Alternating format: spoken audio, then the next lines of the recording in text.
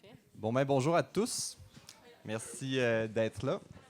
D'abord, je vais vous demander d'être indulgent. Moi, c'est ma deuxième journée de travail après 6 mois de congé de paternité, donc je me relance un peu dans le bain. Le maillot de bain, le maillot est un peu mouillé, mais j'espère que le langage suivra. Donc, aujourd'hui, on va vous parler des stratégies transitoires comme outils de requalification des artères commerciales et des lieux de culte, en vous présentant, entre autres, Entremise et les projets qu'on porte. Je m'appelle Philémon Gravel. Je suis architecte de formation et ébéniste de formation et j'ai eu l'occasion à la fin de ma maîtrise de visiter plein de projets de transformation et de requalification immobilière en Europe, et ceux qui m'ont le plus marqué, c'est vraiment ceux qui étaient partis, souvent des squatteurs ou des gens qui occupaient le bâtiment, qui eux-mêmes ont développé les projets. C'est un peu à partir de ça que Entremise est née. Et ma collègue... Enchantée tout le monde, Marie-Josée Vaillancourt, je suis directrice générale adjointe chez Entremise. Puis dans le fond, moi j'ai un parcours en histoire de l'art, en urbanisme, puis en entrepreneuriat un peu autodidacte. Puis j'ai eu le plaisir de joindre l'équipe d'Entremise qu'on va vous expliquer justement dans cet échange atelier.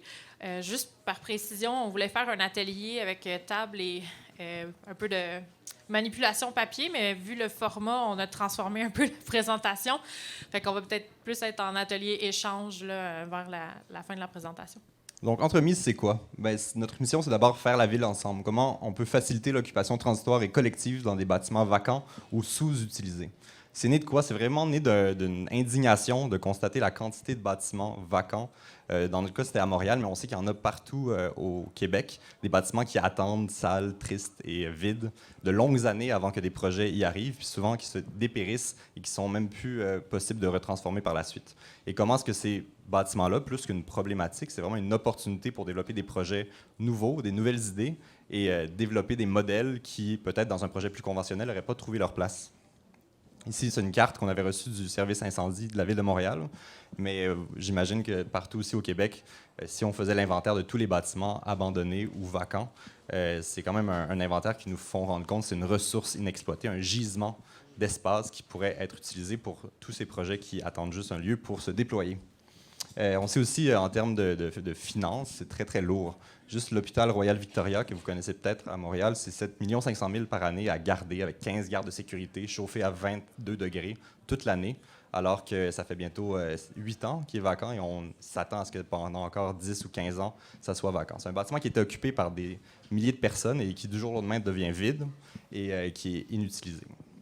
On sait aussi que 35 de tout ce qui est enfoui au Québec vient du milieu de la construction, rénovation, démolition.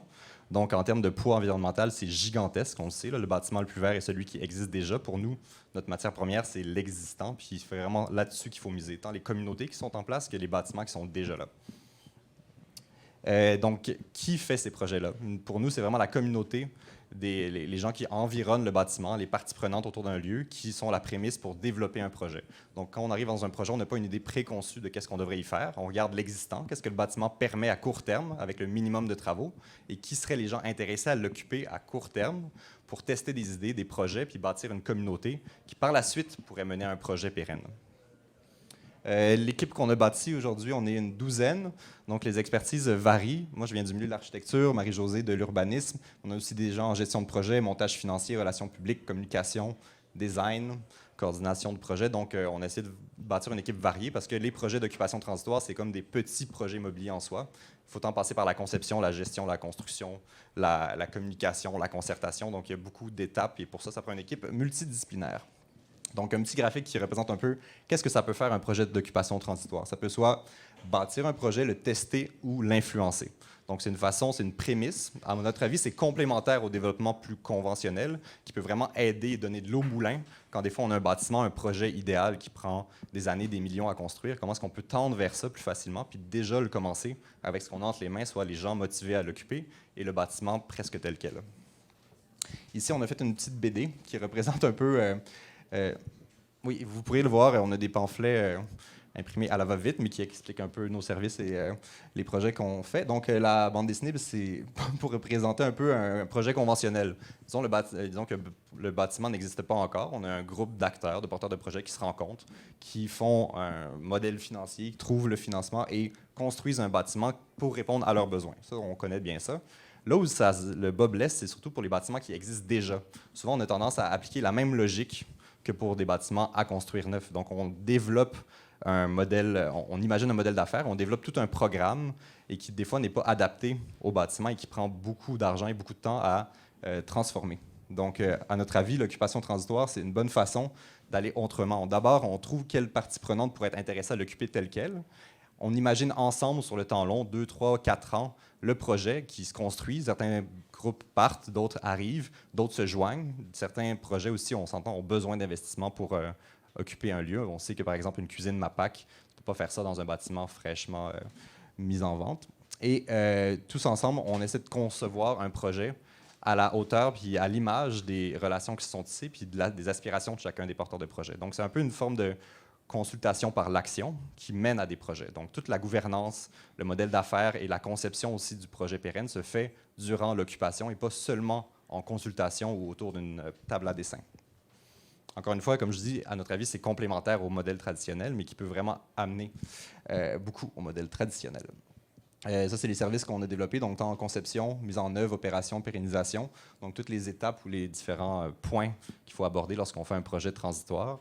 Il n'y a aucune recette magique, là. Chaque bâtiment et chaque communauté qui l'entoure est différente, puis à chaque fois, on essaie plus d'utiliser l'existant et qu'est-ce qu'il y a sur place pour concevoir un projet qui y répond, mais il n'y a pas c'est une seule façon de faire un projet transitoire. C'est plus une manière d'approcher le développement immobilier qui est plus itérative et collective. Et plusieurs projets qu'on a faits, donc projet Young, la Cité des Hospitalières, dans des ensembles conventuels, aussi des bâtiments sur l'île Sainte-Hélène. On a aussi participé à des concours d'architecture, des bâtiments plus industriels et aussi fait plusieurs rapports. Ça, c'est seulement quelques-uns. Là. Si vous voulez aller en voir d'autres, il y en a sur notre site. Mais c'est pour vous dire que ça s'applique dans beaucoup de cas et dans beaucoup de contextes différents, dès qu'on a un lieu et des gens intéressés à l'occuper. Je vais rentrer peut-être un peu plus dans le détail dans un projet qu'on a eu un début et une fin, qui est le projet Young.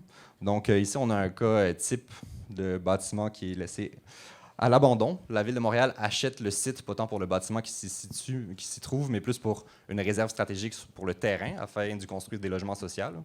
Elle achète le bâtiment et le terrain en 2012. En 2017, ça fait déjà 5 ans que c'est vide, et c'est prévu pour encore un autre 5 ans d'être vide. Pendant ce temps-là, le bâtiment est chauffé, il ne sert absolument à personne. Et on sait, bâtir des projets de logements sociaux, c'est très lourd, mais il y a quand même un actif, quelque chose sur place qui peut être mis à profit.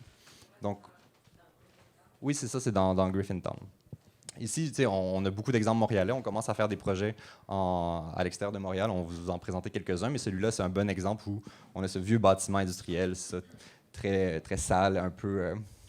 avec quand même des beaux puits de lumière, mais au milieu d'un quartier qui n'est pas super agréable.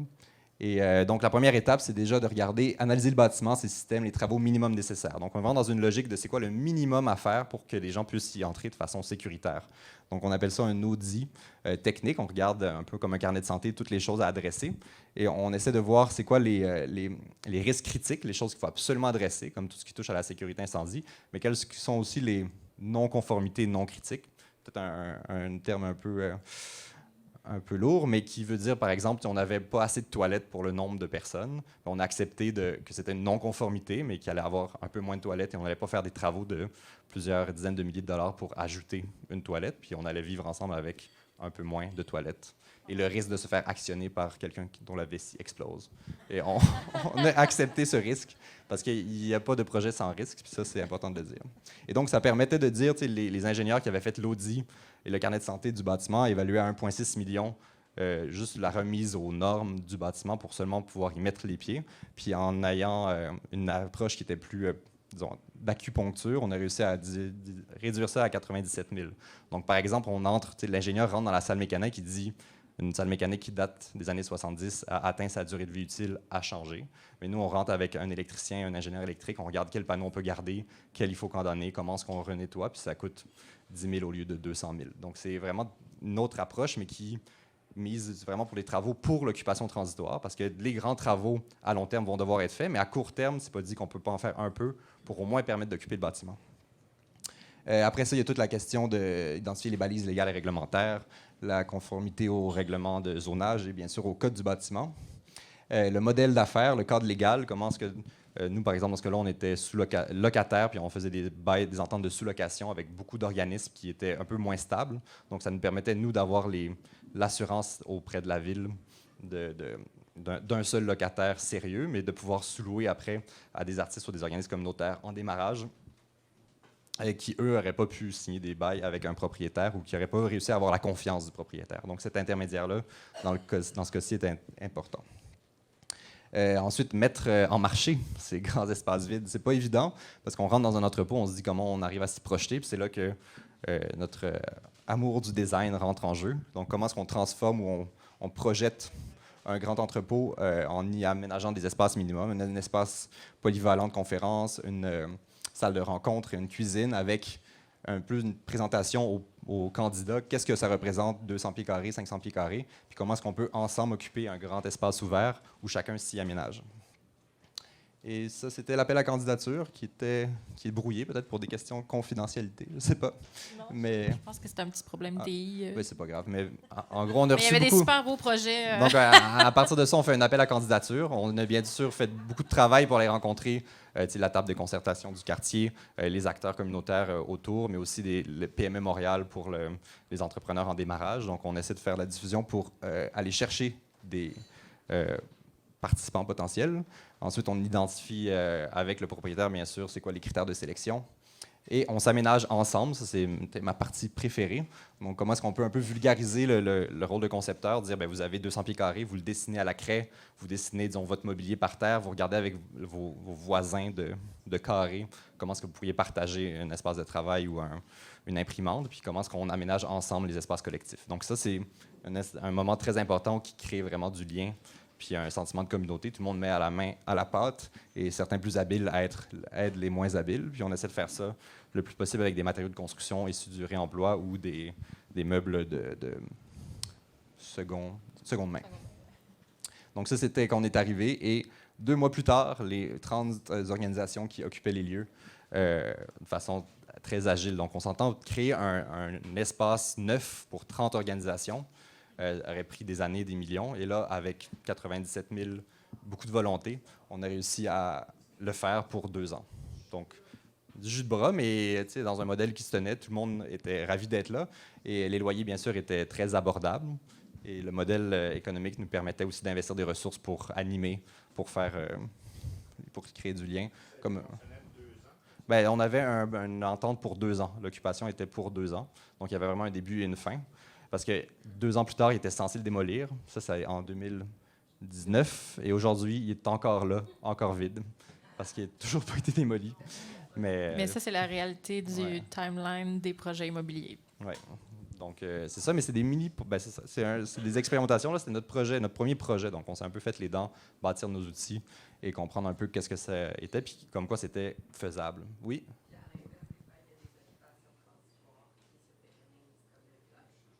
Absolument.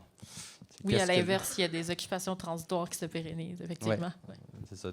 On ne sait jamais la temporalité des choses. Il faut commencer, mais aussi avoir des balises claires. Parce que souvent, les propriétaires ont peur que si on commence, après, ça ne soit pas possible de sortir. Donc, on avait un calendrier. À chaque mois, on enlevait un mois. On en faisait un événement. Les gens savaient qu'il y a un début et une fin. Puis pour eux, ça a été un tremplin, se rencontrer. C'est principalement une thématique d'économie sociale. Donc, des gens qui œuvraient dans ce milieu-là, qui pour eux ont pu démarrer leur entreprise, créer un réseau, puis payer pas cher de loyer pour ensuite aller dans le marché plus conventionnel. C'est un peu ça les objectifs dans ce cas-ci. Et dans ce cas-ci, le bâtiment était prévu pour être démoli, donc il n'y avait pas de suite. Et tout ce qui est plus intangible, mais autant plus important, c'était faire émerger un sentiment d'appartenance et une identité commune. La somme, le tout est plus grand que la somme des parties. Dans ce cas-là, c'était vraiment le cas. On avait plein d'organismes, puis chacun avait un minimum de rayonnement, mais ensemble, il y avait le projet Young qui a porté plus loin. On avait des communications associées à l'ensemble du projet Young. Il y a des bailleurs de fonds, des politiciens qui sont venus visiter, et chacune des parties y a profité, parce qu'il était parti d'un projet qui était plus grand que le leur. Et la clé géante avec la mairesse pour inaugurer le lieu. Je vais laisser la parole à Marie-Josée qui va parler un peu plus des stratégies. Là, on va passer peut-être un peu plus vite sur des projets, moins en détail, mais pour expliquer un peu comment cette idée-là ou cette approche-là peut s'appliquer dans d'autres contextes, soit les lieux de culte, les ensembles conventuels et les artères commerciales. Parfait. Bien, je vais te prendre la petite manette. Bien, c'est ça, dans le fond, moi, je vais couvrir le volet un peu plus commercial. Ça touche à plusieurs types de projets, mais justement, chez Entremise, on voulait pousser plus loin l'occupation transitoire du bâtiment industriel. On voulait faire une activation d'un bâtiment dans une artère commerciale. Ici, on est à Rivière-des-Prairies, Pointe-aux-Trembles, à Montréal. C'est un 5000 pieds carrés là, que vous pouvez voir dans le plan ici. Puis c'est un projet, en fait, qui a été développé en partenariat avec le développeur immobilier, la Société de développement Ingus. Dans le fond, qui est, va faire une restructuration du secteur. Donc, vous pouvez voir ici l'artère Notre-Dame. Donc, la Société de développement Angus a fait des acquisitions pour pouvoir requalifier le secteur, déconstruire les bâtiments. Ils ont voulu tester, expérimenter avec Entremise l'occupation transitoire pendant la période de vacances nécessaire là, pour la requalification de ces espaces. Puis c'est ça, dans le fond, en développant ce projet-là, en tout début, on a fait une étude de préfaisabilité avec la Société de développement Angus. Puis par la suite, on est devenu autopromoteur parce qu'on voulait vraiment développer ce projet qu'on avait étudié.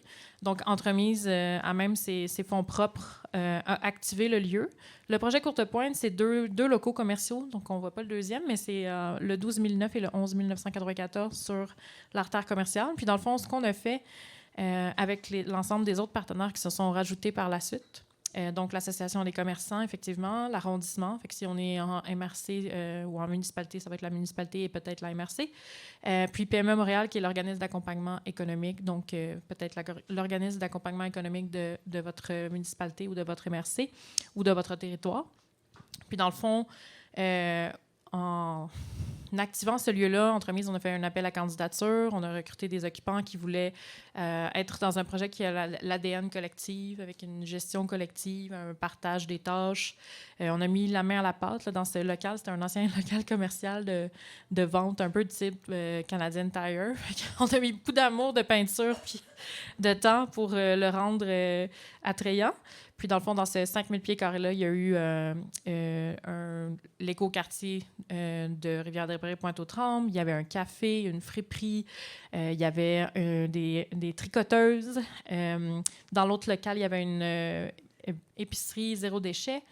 Et je pense que je n'oublie personne. Oui, on avait aussi un organisme communautaire, Accueil immigrants de l'Est, qui faisait de l'accompagnement là, pour les nouveaux immigrants dans le secteur. Fait que ça, c'est un des premiers projets d'activation sur les artères commerciales. Si je peux rajouter, c'est intéressant dans ce cas-ci, parce que c'est un grand local que un seul occupant aurait eu de la difficulté à louer. Oui. On a fait un mini, pas centre commercial, mais c'est un pôle où il y avait tant des services communautaires des artistes que des petites entreprises en démarrage. Donc, il y avait une attractivité dont tout le monde profitait et qui permet aussi de définir comment est-ce qu'on utilise ces vitrines commerciales-là. Est-ce que ça doit absolument un occupant par vitrine ou il peut y avoir une mixité d'usage, oui, commercial, mais aussi d'autres types pour redonner un peu un nouveau souffle aux artères commerciales, là, à l'ère de la... Quoi? Pardon? Au niveau du recrutement, ben, c'était vraiment en fonction des valeurs du lieu. On voulait un volet commercial avec de la mixité culturelle et communautaire. Oui, c'est ça, c'est une campagne de communication. Entrevue, aller se pointer justement dans d'autres cafés autour du quartier, des rencontres citoyennes. C'est faire prendre notre bâton de perlin puis présenter l'opportunité. On avait aussi en amont fait le marché de Noël. Donc l'idée, c'était aussi de faire un genre d'événement de lancement où beaucoup des gens du quartier viendraient, puis on en a profité pour parler de la suite. Puis en termes de modèle d'affaires, il faut le dire, c'est quand même... on sait quand on investit des millions, ça prend des années à amortir. Là, il faut investir juste assez pour le temps qu'on va réussir à amortir. Donc c'est, comme je l'ai dit, un petit projet qui doit aussi être viable financièrement en termes d'investissement puis d'amortissement. Puis aussi, peut-être, dans les appels à projets puis les communications, ne pas sous-estimer le développement des partenariats. Dans le fond, les têtes de réseau comme l'arrondissement, comme PME Montréal, ont aussi repartagé dans leur propre réseau. Puis aussi, avec l'étude de préfaisabilité, on avait déjà entré en contact avec les têtes de réseau du quartier, organismes communautaires, économiques et tout ça. Donc, on avait déjà des liens avec ces gens-là, puis qu'on a aussi partagé avec eux. Un petit dernière chose, c'est par rapport à... la pérennité de ce projet-là. Le bâtiment, l'idée, c'est que la Société de développement Angus voulait trouver pour son grand projet immobilier, les bâtiments étaient prévus pour être démolis, des commerçants locaux. Mais il y avait très peu de candidats au moment où ils préparaient les plans. Donc, c'était un peu pour eux une façon d'incuber des projets qui démarraient afin de les inclure dans leur projet commercial et résidentiel lorsqu'il y aurait acquis un peu plus d'expérience et de solidité en termes de modèle. Effectivement, c'était comme une étude de marché par l'action ou par l'occupation. Ça, c'est un des projets. Sinon, on est en train de faire un projet avec le ministère de l'Économie et de l'Innovation, subventionné par le ministère de l'Économie et de l'Innovation. C'est un projet de recherche-action avec un potentiel projet là, qui est en train d'être mis en œuvre à Trois-Rivières, donc l'ouvrage. Puis, dans le fond, on est en partenariat avec Force fraîche, Rue principale, Living Lab et le Halo District entrepreneurial. Puis, dans le fond, on va faire une activation transitoire. C'est comme un peu une mise en marché pour activer celui-là qui est en requalification. Là. Donc, vous pouvez voir ici, il y a un bâtiment à côté du gros stationnement. Je ne sais pas s'il y a... Oh ouais, OK, parfait. Fait que c'est ce bâtiment-là, dans le fond, là, qui est en train d'être requalifié. Pour ceux qui ne connaissent pas Allo District entrepreneurial ou IDE Trois-Rivières, c'est l'organisme de requalification du centre-ville de Trois-Rivières. Ils ont un parc immobilier d'à peu près 70 millions pour requalifier le centre-ville de Trois-Rivières avec leurs bâtiments industriels. Selon moi, c'est une petite parenthèse, là, mais c'est un organisme parapublic exemplaire. Là, s'il y a des gens qui travaillent dans les municipalités ici, inspirez-vous de cette forme de développement là, interne là, pour les cœurs de villes et de villages. Fait que, bref, il y a une activation qui se fait avec eux. C'est un projet sur 3 ans. Là, on est encore en période de prédémarrage, mais voilà, tout ça pour dire que chose à dire, dans ce projet-là, normalement, on devait faire une activation à l'intérieur, mais à cause de la réalité des projets immobiliers, puis des prix des matériaux, puis tout ça, finalement, on va proposer une autre stratégie, puis on va faire une activation extérieure. Fait que c'est un peu ça aussi, l'adaptabilité de la stratégie transitoire. Vous pouvez l'appeler stratégie de requalification ou mise en marché. C'est pas obligé, on n'est pas obligé de dire le mot transitoire, mais le but, c'est juste d'être là maintenant sur le terrain. Un autre projet qu'Entremise a fait qu'on trouvait intéressant de vous partager, c'est, dans le fond, on a été mandaté par la Ville de Montréal pour faire un guide sur les locaux commerciaux vacants. Fait que, dans le fond, comment faciliter l'occupation transitoire des locaux commerciaux vacants. Ce guide n'est pas encore public, mais bientôt, on espère qu'il sera public. Puis, dans le fond, ça pourrait inspirer peut-être d'autres artères à l'échelle du Québec. Dans le fond, dans ces guides-là, on donnait des conseils pour notamment les baux commerciaux.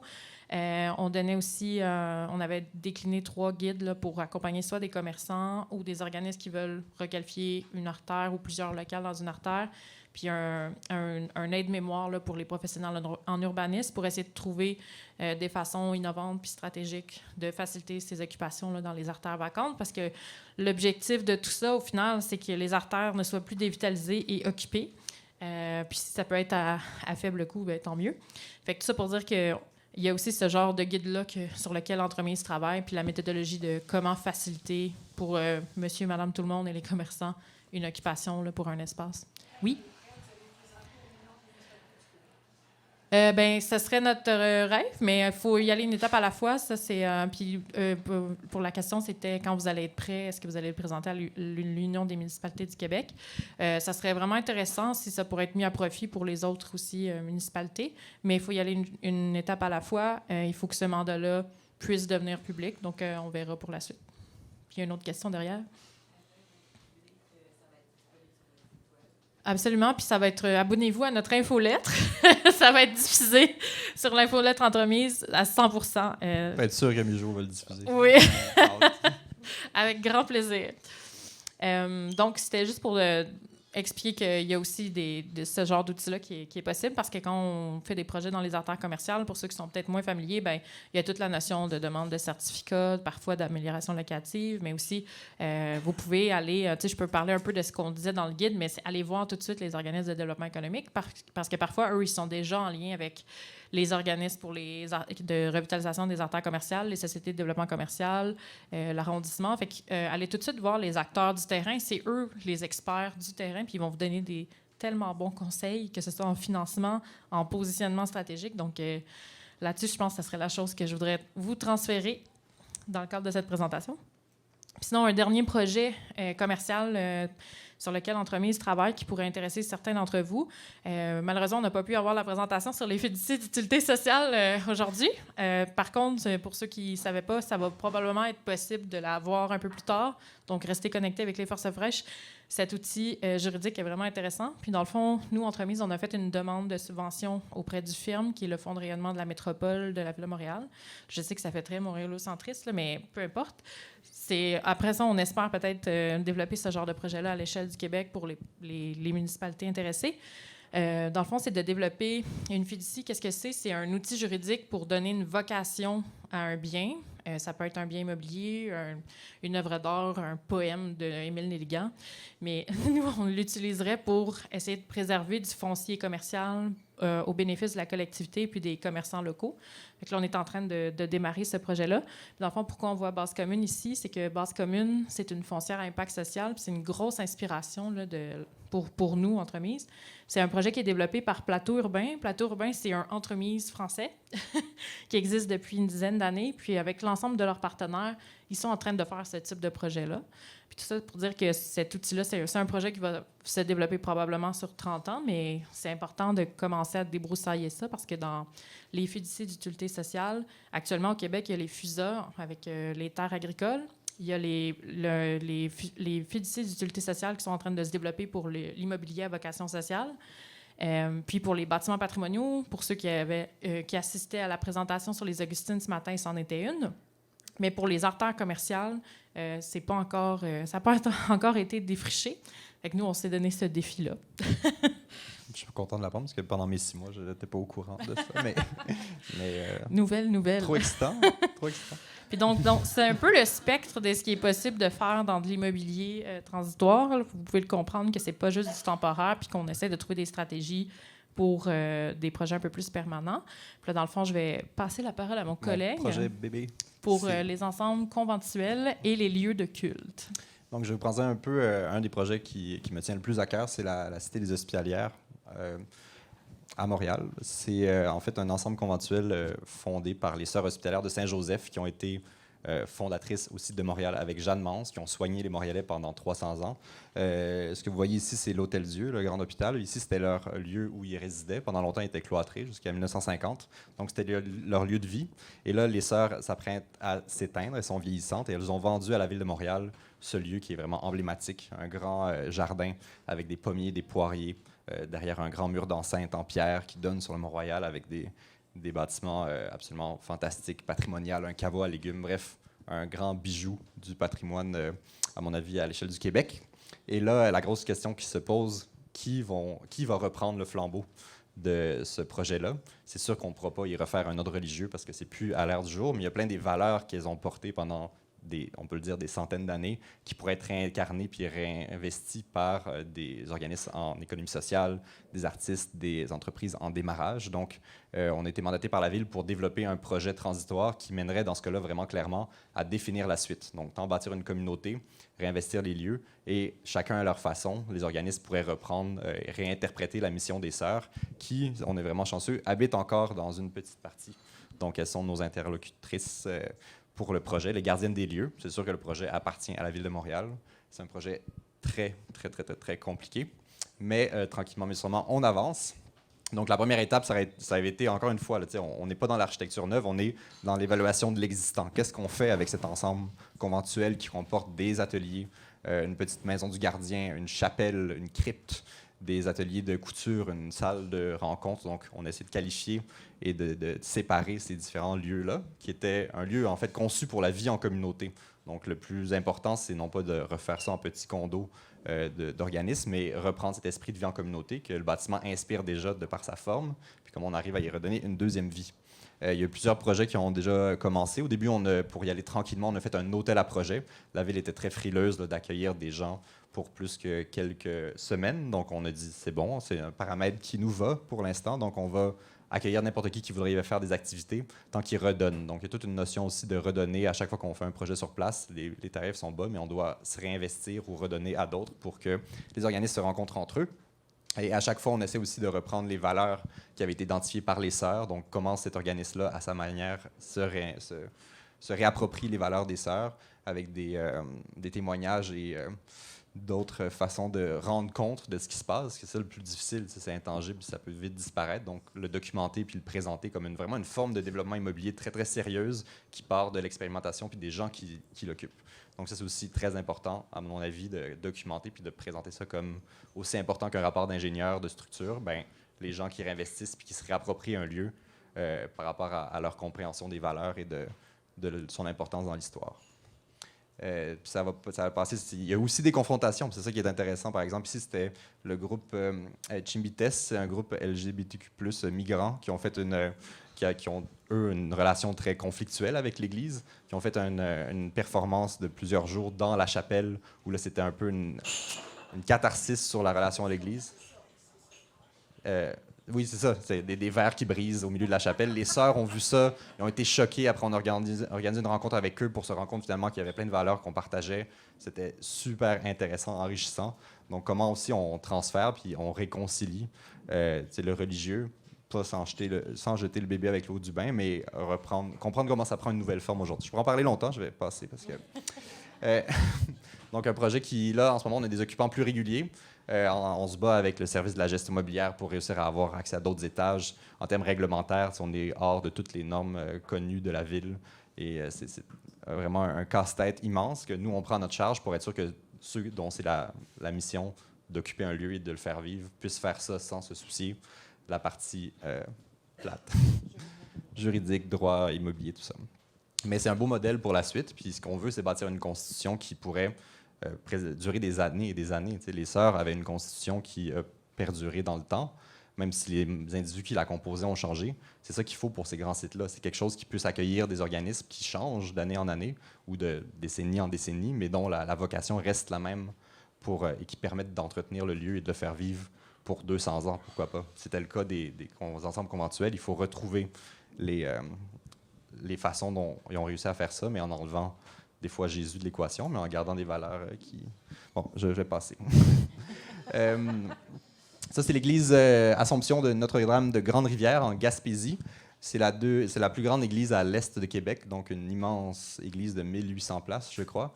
Encore une fois, là, c'est la fabrique qui n'arrive plus à payer la facture de chauffage et qui se retourne vers la ville, qui n'est pas nécessairement intéressée à reprendre cette pomme empoisonnée, mais qui commence à regarder qu'est-ce qu'on pourrait faire pour en faire un autre projet. Il y a une démarche qui est entamée, et comme dans beaucoup de cas, on imagine un programme idéal. Donc, ça pourrait être un centre de conférence avec un café communautaire, avec du coworking. Et l'étape où on aurait été rendu la fabrique à ce moment-là, ça aurait été d'engager des architectes pour dessiner ce projet-là. À notre avis, c'est un danger de dessiner un projet sans avoir les porteurs de projet qui seraient prêts à le faire opérer. Et peut-être ces porteurs de projet-là, ce n'est pas ceux qu'on imagine. Donc, la phase transitoire, dans ce cas-là, c'est aussi pour essayer de découvrir les porteurs de projet, voir quel est leur intérêt, puis bâtir un projet qui va être à la hauteur de leurs besoins et transformer l'Église pour des besoins réels. Et dans ce cas-là, à notre avis, l'occupation transitoire, c'est une forme de consultation par l'action, mais aussi une mise à l'épreuve d'un modèle d'affaires qui va justifier des millions en investissement pour la transformer, mais qui ne vont pas après finir en éléphant blanc, où on a un projet magnifique, mais personne pour l'occuper ou pas de vie qui peut faire vivre le lieu. Donc, dans ce cas-là, on a commencé tranquillement. Il y a beaucoup de travail qui est fait, encore une fois, avec les marguiers, les fidèles, la communauté environnante, tous les projets, les organismes de développement économique du secteur, pour voir est-ce qu'il y a des projets qui étaient dans leur boîte, dans leur carton, qui pourraient se déployer dans une phase transitoire dans un premier temps, et dans un projet périn dans un deuxième temps. Donc là, c'est vraiment plus des rencontres. On a ouvert le sacristie, qui était le seul espace qui était légitime de chauffer, parce que le reste, ça coûte 1 000 $ par jour, juste allumer le chauffage. Donc, à petite échelle, voir qui serait intéressé, puis que ça redevienne un lieu vécu et utilisé par les gens de la communauté, toujours en parallèle avec les activités religieuses. Donc, ça crée aussi des tensions, des discussions. Puis c'est pour nous une façon d'avancer. C'est là où, peut-être autour d'une table de réunion, on aurait pu en parler longtemps. Les gens étaient d'accord sur papier, puis rendus à le faire, ça aurait fait de la friction. Là, la friction, on l'a fait déjà sans même avoir investi $1 ou presque pour transformer l'Église, afin de s'assurer que la suite va être bien ancrée. Un autre projet, c'est Église Saint-Jean de l'Évangéliste à Quaticook. J'ai entendu quelque chose, c'est sûr? En Estrie. Donc, il est mandaté pour regarder. Il y a un centre de la famille qui veut y être construit. Et ils viennent d'acquérir l'église. Ils se demandent c'est quoi la première étape. Donc, dans ce cas-là, on a un peu plus sorti nos compétences d'architecture. Puis, c'est un projet qui nous intéresse beaucoup. La question de comment chauffer 5 minutes, 10, 15. 15, c'est bon? Ben, ça, je pense que c'est bon. Et donc, c'est le concept de boîte dans la boîte. Donc, comment ne pas chauffer toute la nef et en faire des petites capsules, comme on peut faire quelque chose qui est plus modulable, qui se construit petit à petit au fur et à mesure de l'arrivée des nouveaux organismes qui vont participer au projet à long terme. Puis, comment est-ce qu'on arrive à faire un esquisse à faible coût qui peut être vite déployé en attendant la qualification à plus long terme. Donc, ça tombe bien, parce qu'il reste 15 minutes pour une question que je voulais vous poser, qui est comment une stratégie transitoire, ou ce que vous en avez compris, pourrait servir les projets que vous portez. Il y a aussi une petite parenthèse que je voulais faire, dans le cas de comment s'assurer de la pérennisation, comment on teste quelque chose sans s'engager plus de l'avant. Il y a un modèle qui a beaucoup été testé en Europe, c'est la location avec option d'achat. Donc, on dit on loue pour 2 ans avec une option d'achat. Disons, un bâtiment est à vendre, on négocie avec le propriétaire, comme ça nous donne 2 ans pour bâtir le projet, l'occuper, bâtir l'engouement, trouver le financement pour ensuite l'acquérir. Puis il y a des cas où, par exemple, dans le 2 ans, ils ont réussi à faire une coopérative. Les gens du quartier étaient invités à acheter des parts de la coopérative, vu qu'ils voyaient qu'il y avait vraiment des choses qui se passaient. C'était des ateliers d'artistes dans ce cas-là. Donc, plusieurs personnes de la communauté sont devenues propriétaires de la coopérative qui a finalement été en mesure d'acheter le bâtiment pour que les artistes qui y habitaient puissent continuer leurs activités, mais sans nécessairement qu'eux l'achètent. Donc, ça, c'est un autre modèle qui peut exister. Donc, je lance la question. Est-ce que... S'il y a des gens qui veulent parler, il y a un micro derrière. Ah oui, OK, parfait. Moi, je trouve ça vraiment génial. Je trouve ça vraiment génial, en fait. Parce que la question du financement, c'est quelque chose qui revient dans tous les projets, presque ici. Dans tous les projets à impact collectif qui ne sont pas forcément à valeur commerciale, où il va y avoir du profit. T'sais. On se demande par où commencer. Des fois, les factures font peur. Puis justement, on entendait ce matin, c'est sur remboursement de factures, preuve à l'appui. Fait que je trouve ça super intéressant, ce principe-là du design, de le polliniser à l'intérieur des projets d'impact collectif, de voir ça en phase 1, phase 2, phase 3.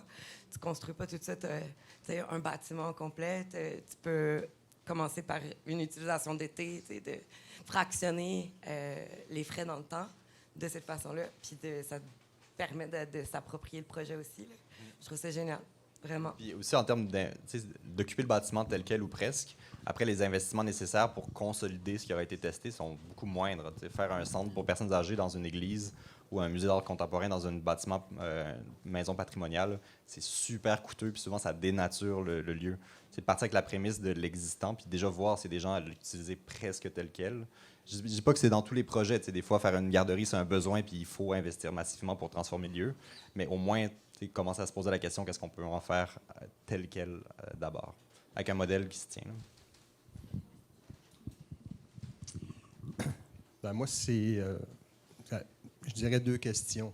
Je travaille actuellement avec un comité pour la remise en valeur d'un bâtiment à Rimouski, qui est une ancienne école, donc qui est sur 3 étages. Ça appartient à la ville de Rimouski. C'est la ville de Rimouski qui a cessé de le chauffer en contravention avec son propre règlement de protection du patrimoine.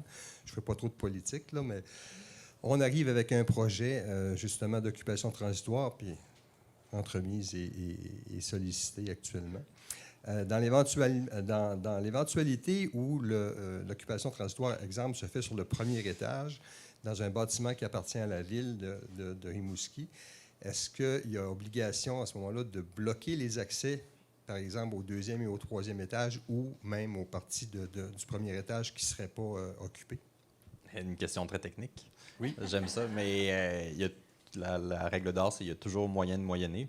Puis il ne faut pas prendre un non comme un non. T'sais, le nombre de fois qu'on s'est fait dire non par la direction du service de la gestion immobilière qui dit impossible, ça, à moins que vous investissiez 1,6 million, vous ne pourrez pas mettre les pieds dedans. Puis finalement, on arrive avec des solutions. Puis souvent, on invoque le code du bâtiment comme étant un texte de la Bible, alors que c'est un texte de loi qui s'interprète. Il y a plein de façons de le comprendre. C'est déjà objectif. Puis oui, on peut dire, oui, si tu fais un usage X, ça te prend... tu peux seulement faire un usage bureau parce que les issues ne sont pas suffisantes, mais on peut regarder est-ce qu'on peut réduire le nombre de personnes, la population par étage. Il y a plein de, je ne vais pas rentrer en détail, mais il y a plein de façons de contourner et de trouver des solutions. Puis oui, on peut juste occuper un rez-de-chaussée, laisser le reste vacant. Il n'y a pas de... Sans nécessairement en bloquer l'accès. Bien, c'est sûr que la question après se pose plus aux pompiers. Est-ce qu'ils sont à l'aise avec le risque que ça présente? Parce que on peut enfreindre le code du bâtiment On peut pas l'enfreindre, mais mais c'est filmé. Ouais. On peut le contourner, disons. Au final, c'est les pompiers qui vont juger est-ce qu'il y a un risque ou L'interpréter pas. différemment, C'est je ça. pense. Les pompiers doivent être les alliés parce que c'est eux qui sont les seuls qui peuvent dire à tout le monde vous sortez, c'est trop dangereux. OK. Puis on peut trouver aussi mesures supplétives temporaires. Quand on rénove un hôpital, on ferme une issue de secours. On ne va pas fermer l'hôpital pendant 2 ans. On trouve des mesures supplétives qui nous permettent d'être sécuritaires, même si ce n'est pas aux normes du code du bâtiment. Puis ça, c'est ajouter des extincteurs, mettre plus de signalisation, avoir une réduction de population, genre limiter le nombre de personnes. Il y a plein de choses qui se passent, qui sont possibles, qui ne sont pas du tout inscrits au code du bâtiment. OK. Deuxième question que vous êtes sûrement déjà fait servir, l'amiante. Mais l'amiante, la bonne nouvelle, c'est que quand on part avec l'existant, l'amiante est un problème quand elle est dans l'air. Quand elle est dans le mur, ça dérange personne. Comme 60% des écoles au Québec, il y a de l'amiante dans les murs, puis il y a des gens qui y vont au quotidien.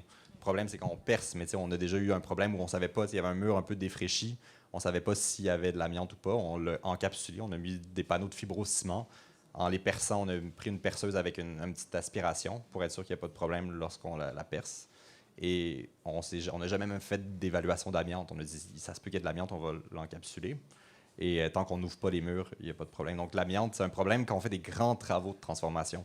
Mais pour occuper un bâtiment tel quel, à moins que vraiment tous les murs soient en train de se décomposer, on peut le lécher, là, le mur, mais on n'en mourra pas. Là. Je dirais que politiquement, c'est souvent un prétexte à ne pas aller de l'avant. Les prétextes pour ne pas aller de l'avant, c'est Ouais, rien que ça. C'est juste ça.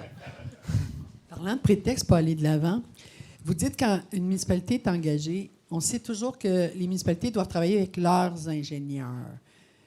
Qu'est-ce qui se passe avec ça, entremise, comme vous autres, Rimouski, je ne sais pas si c'est la ville qui est là, mais ma question, c'est, tu sais, vous parliez d'1 million, puis ça coûte cher, là, ça coûte très cher, mais on n'arrête pas de nous dire que ça prend les ingénieurs. Fait que c'est quoi, entremise, qu'on tourne ça? Qu'est-ce que tu vas faire? OK. Bien, ça va vraiment dépendre, en fait. Peut-être que votre projet, bien, finalement, est-ce que vous êtes mandaté par la ville? Est-ce que c'est une entente de location? Puis dans ces cadres-là, la relation avec la ville va changer ou ça va être à géométrie variable. Puis à ce moment-là, bien, il vous est possible d'engager des ingénieurs dans le cadre de votre projet. Fait que ça va vraiment dépendre de comment est structurée votre relation à vous et avec la ville dans le cadre du projet. Là, c'est la ville qui embarque, là, c'est ça que je vous dis. Mais la ville est tenue de travailler avec ses ingénieurs?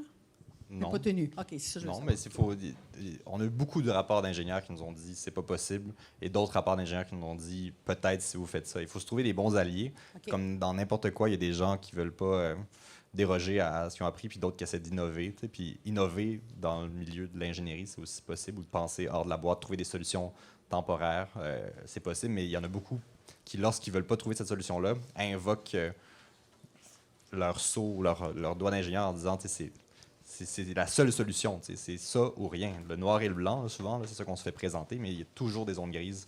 Puis on est rendu pas pire à manœuvrer dans ces zones grises, puis citer des projets ou trouver des partenaires qui peuvent contredire des fois des rapports qui nous coupent l'herbe sur le pied Mais vous à la travaillez première avec rencontre. les ingénieurs? Avec des ingénieurs. À la municipalité ou de la ville, ou peu importe. Oui, souvent, on a des ingénieurs pour contredire les ingénieurs de la ville. Ah, c'est ça, je voulais entendre. Ben OK, oui. Non, bon. c'est ça. Puis il y a des réalités où parfois un architecte ou un urbaniste va vous dire que c'est pas possible. À ce moment-là, permettez-vous de lui demander c'est dans quel article, de quel règlement, parce que c'est la chose à faire. Faut pas toujours. Faut demander ces éléments-là. C'est les justificatifs que des architectes dans un projet immobilier régulier vont demander à leurs interlocuteurs. Donc, je vous invite à le faire aussi.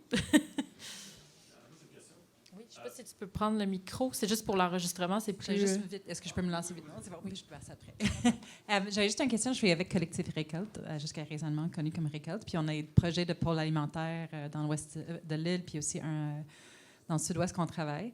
Mais j'ai peut-être une question de vous relancer un petit peu par rapport aussi d'un moment transitoire, parce qu'on voit aussi dans le contexte de recherche de financement, puis aussi justement appropriation par les acteurs communautaires et investissement dans la pérennisation des modèles aussi. C'est comme cette période-là, à date, on a déjà su que c'est un peu deux modèles d'affaires qu'il faut justifier. Un, ce qui est gestion de l'immobilier, que déjà, il y a peut-être un manque de confiance de la capacité des organisations communautaires à pas juste occuper avec leur offre de service, mais gérer la valeur de tout le bâtiment aussi. Alors, je me demandais, est-ce que c'est un accompagnement que vous offrez ou il y a comme cette période, justement, transitoire? Comment est-ce que vous l'utilisez pour démontrer la capacité ou monter ce modèle d'affaires avec tous les occupants. Puis après ça, c'était justement plus généralement, comme je sais, il y a maintenant le fonds qui est porté par le chantier qui aide à financer comme l'acquisition aussi et l'accompagnement d'acquisition de ces bâtiments pour les acteurs communautaires. Mais comment utiliser cette période pour positionner, financer la pérennisation quand même aussi même des modèles d'affaires aussi de ces bâtiments? Ben, je peux... Moi, je vais y aller. On a plusieurs modèles. Dans certains cas, on est mandaté par le propriétaire pour développer un projet, plus comme un expert conseil. Dans d'autres cas, on est promoteur de nos propres projets. Donc, c'est nous qui allons comme avancer les fonds puis ensuite se faire rembourser à travers les loyers dans une façon d'être viable, mais aussi d'avoir des loyers à bas. Puis dans d'autres cas, on peut aussi accompagner des communautés pour leur donner nos outils puis et les aider à convaincre dans les bailleurs de fonds que les municipalités d'aller de l'avant. En ayant on commence à avoir pas mal de templates déjà prêts pour présenter, puis des belles images, puis montrer la force d'un projet en ayant beaucoup d'exemples en tête. Puis par rapport au financement du projet périn, je suis convaincu que qu'on fait un projet transitoire, après on a des photos, on a des gens, on a des rapports d'activité, puis aller chercher les millions nécessaires pour transformer à long terme, ça devient plus facile que quand c'est vraiment que des documents d'ingénieurs, puis des rencontres dans un sous-sol. Les images parlent, puis il faut qu'on arrive à bien les documenter. Je suis convaincu que ça peut être un tremplin, un levier immense pour aller chercher du gros financement pour la suite.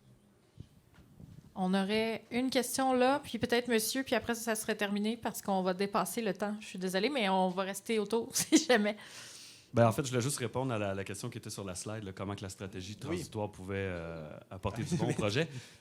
Premièrement, c'est qu'on se retrouve avec une église, nous, qui est laissée à l'abandon depuis une dizaine d'années, une grande église dans l'est de l'île de Montréal.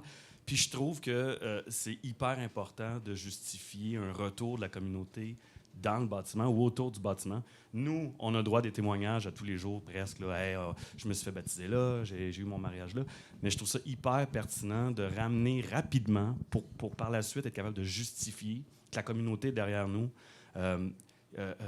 Reprendre le contrôle sur le parvis, sur l'intérieur de l'Église aussi. Fait que voilà, moi je trouve ça super important, une stratégie transitoire. D'ailleurs, on a déjà commencé à parler ensemble. Oui, mais les lieux vides disparaissent dans nos mémoires, puis après, on les regarde.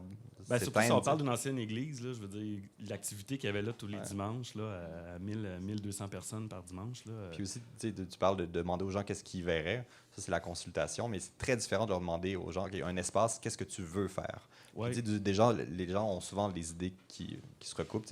Imaginer le café communautaire, la salle de spectacle, puis le coworking, c'est souvent commun d'entendre ça quand on consulte une population pour l'église.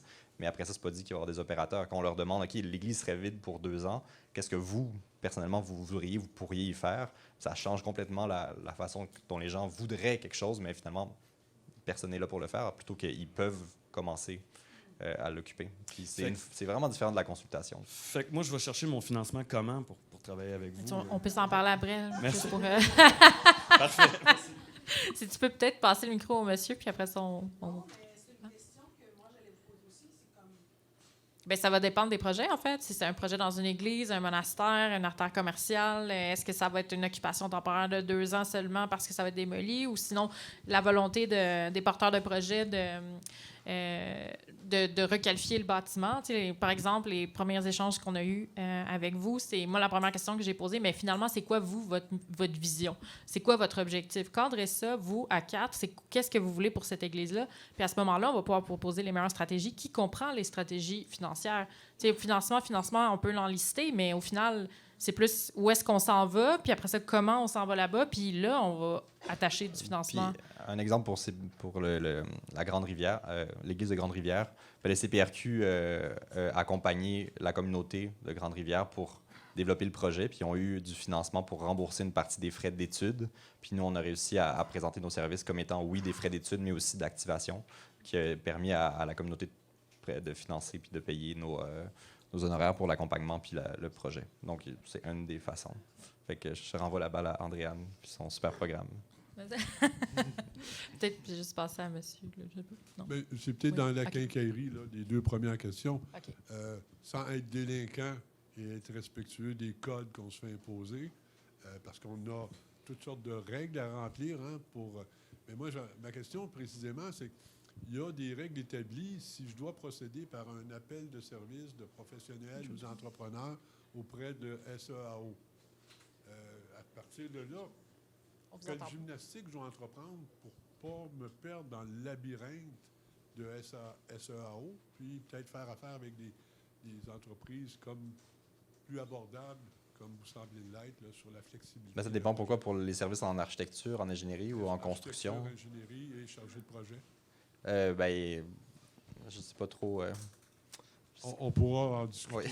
en cadre. C'est sûr, des appels d'offres publics, nous, on ne va pas le voir, le SEAO. Puis peut-être on est comme très petits joueurs. Puis on a eu l'autorisation de l'Ordre des architectes pour donner des services en architecture. Avant, on engageait des architectes à l'externe, mais on en a plein à l'interne. Fait qu'on pourra maintenant donner des services proprement dits en architecture, mais complémentaires puis dans l'esprit de ce qu'on fait déjà. C'est quoi la structure légale? C'est un organisme à but non lucratif, avec une mission, un CA et des membres et des... Oui, c'est ça. OK, merci beaucoup. Ouais, merci beaucoup. Oui.